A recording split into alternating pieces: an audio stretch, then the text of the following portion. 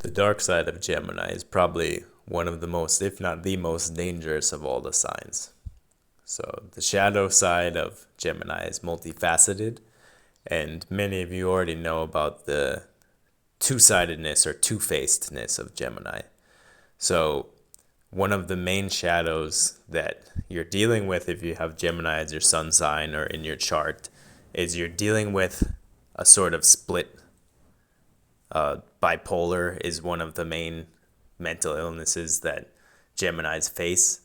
This sort of extreme highs and extreme lows really quick, in a snap.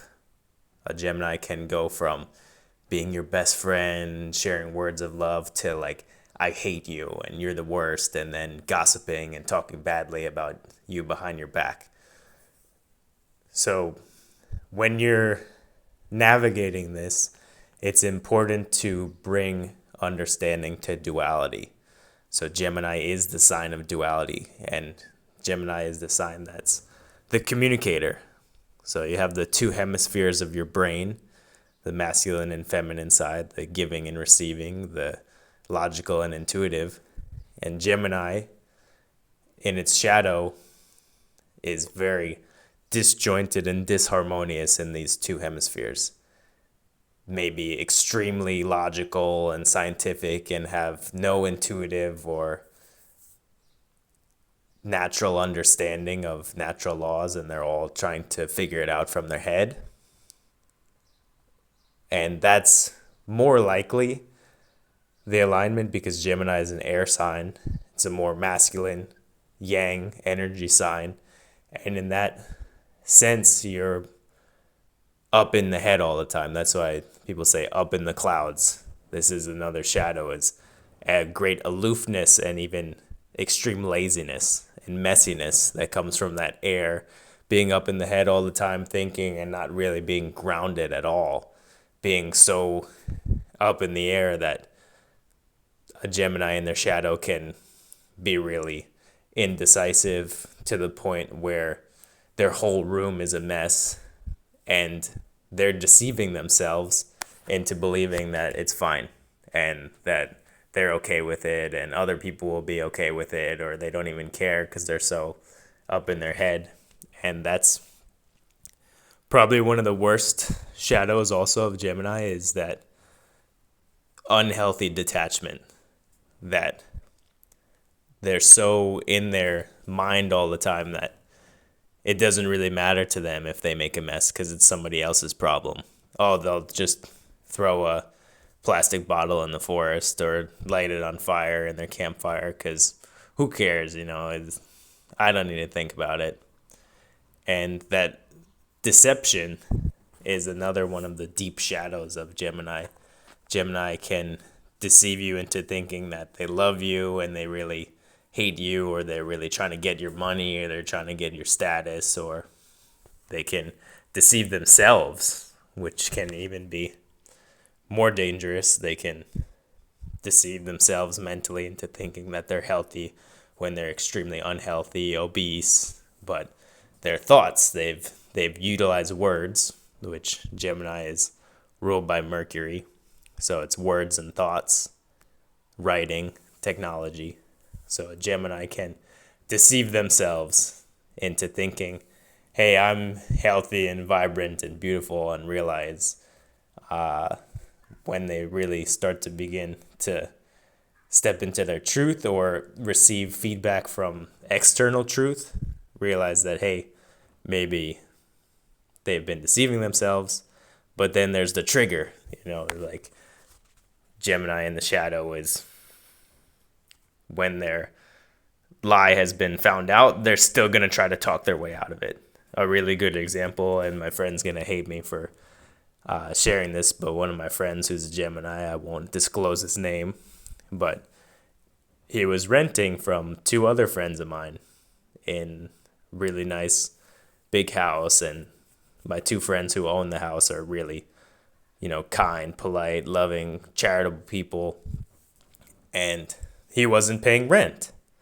So they confront him really kindly, and I'm watching the whole thing, and they're going, hey, like, it's been 2 months, you owe us this much money, If you need any help, let us know, and we'll try to make an arrangement. And then he just used his words to completely gaslight, manipulate, transform the conversation to make them feel bad that they're even asking him about rent money.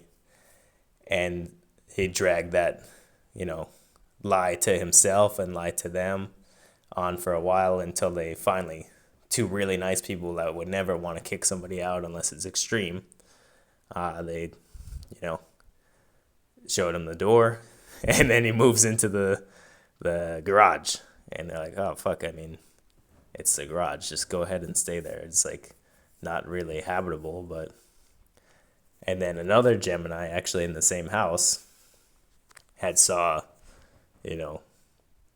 myself and another person doing some yoga, and then he was very triggered by it for some reason and just started spouting off all this delusional stuff that he came up with words. And my friends, the landlord, they come and try to talk to him with reason, and he's just completely irrational, just blabbing and trying to prove his point and all of his delusions. And they just said, hey, look, you gotta go. So those are two perfect examples of how Gemini can take something and just distort it and really make it worse for everyone else. And this is part of the reason why Gemini triggers so many signs, because a lot of times Gemini doesn't really have that sensitivity at all to, and it's obviously not for everyone. Everyone has a different chart, and sun sign Gemini doesn't mean you're